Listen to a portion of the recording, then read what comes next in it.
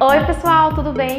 Eu vim falar hoje sobre concavidade e convexidade da escoliose. Eu pedi para vocês elencarem quais as principais dúvidas que vocês tinham em relação à escoliose e a maioria delas... Qual o lado que temos que alongar e fortalecer? O lado côncavo a gente tem que alongar e o lado convexo a gente tem que fortalecer? O lado côncavo é o lado mais forte e o lado convexo é o lado mais fraco?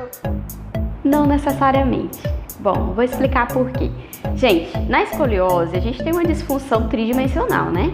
Então, se a gente for considerar apenas lado côncavo e apenas lado convexo, a gente vai estar considerando aí, pensa comigo, vocês vão estar considerando apenas quadrado lombar na hora de estabilizar a coluna. Será se a função de estabilizar é apenas o quadrado lombar? Vamos lá, cinesiologia. Vamos recapitular aqui. Qual é a ação principal do quadrado lombar?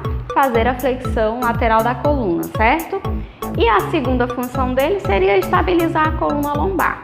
Porém, a função primária dele é a flexão lateral e é por isso que a gente vê aí e imagina logo que seja uma ação própria do quadrado lombar a questão da concavidade e da convexidade. Então, quando você está falando em lado forte e lado fraco, na verdade você está se referindo ao quadrado lombar, forte e fraco. É assim que acontece na prática?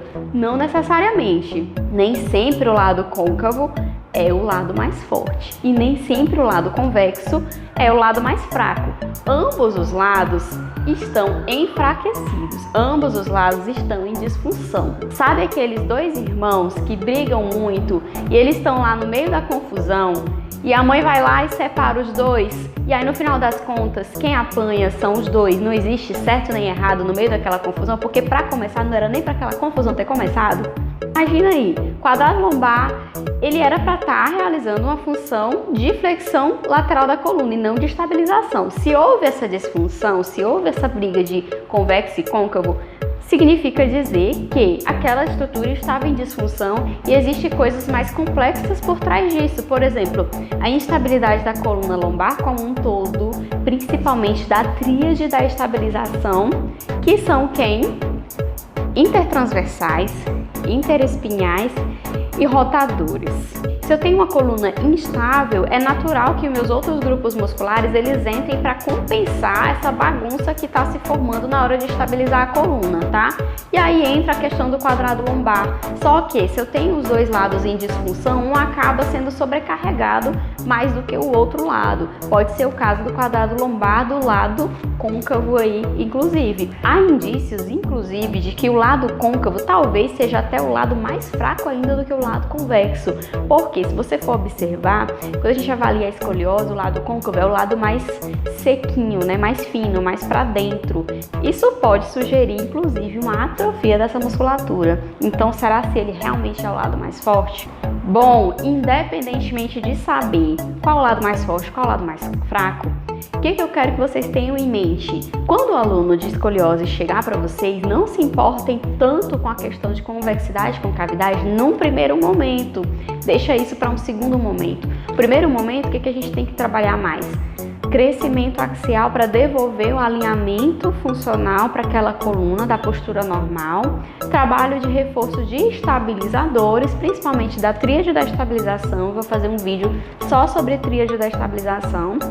E reforço de powerhouse, de core, de transverso. Então, foca mais nessas questões da estabilização, de exercícios globais e o alinhamento, crescimento axial é fundamental, consciência corporal é fundamental para esse tipo de aluno. E a questão do fortalecimento de lado côncavo e convexo a gente vai deixar para um segundo momento, porque o que acontece? A maioria de vocês se preocupam tanto com isso que acabam deixando a desejar os outros aspectos. Por exemplo, para escolioses leves, a gente pode estar fazendo exercícios de estabilização simples, exercício em 4 apoios, podem ser unilaterais, podem ser bilaterais, mas contanto que tem o crescimento axial como foco e a recolocação da postura para o seu alinhamento normal. Aí o que você vai pensar agora? Imagina aí uma haste flexível que está deformada e aí para você trazer ela para o seu formato original, você vai, entre aspas, desentortar essa coluna. É mais ou menos isso que a gente vai fazer com a coluna quando a gente pensar em lado côncavo e convexo. Não no sentido de fortalecer, mas sim no sentido de o lado côncavo eu vou ter que abrir o C, tá bom? Como se fosse o C, lado côncavo, lado convexo. Então, abrir o C até eu obter o meu alinhamento ali na postura, tá? A gente pode fazer isso através de exercícios e também de autoposturas. Então, a gente pode ensinar para o paciente exercícios de autopostura, analisando a partir de onde ele tem um lado convexo e côncavo, a gente vai ensinando o próprio crescimento axial para ele, as rotações necessárias da pelve, a rotação do tórax, das costelas, a respiração direcionada para o lado que está mais fechado, que é o lado côncavo. Então a gente tem que trabalhar tudo isso bem direitinho. Isso vai depender de quê? Da avaliação. Não foca somente em lado convexo e côncavo para fortalecimento. Tá errado? Não, eu não diria que está errado. Eu diria que o momento que você decide fazer isso é que estaria errado. Então você chegar com o aluno e de cara botar ele para fazer fortalecimento de lado côncavo e convexo, esse é o caminho que a gente não quer que você siga, tá bom? Então é isso, pessoal. Eu espero que vocês tenham gostado da dica de hoje. Você já se inscreveu no canal? Se não se inscreveu, não perde tempo, se inscreve, porque eu vou estar fazendo mais vídeos sobre escoliose. Curte o canal e se inscreve no vídeo. Curte o vídeo, se inscreve no canal, deixa o seu like, deixa o seu joinha para ajudar o canal a crescer e isso me motiva a trazer muito mais vídeo para vocês, principalmente sobre escoliose, que eu sei que vocês gostam, viu? Então um beijo para vocês e tchau!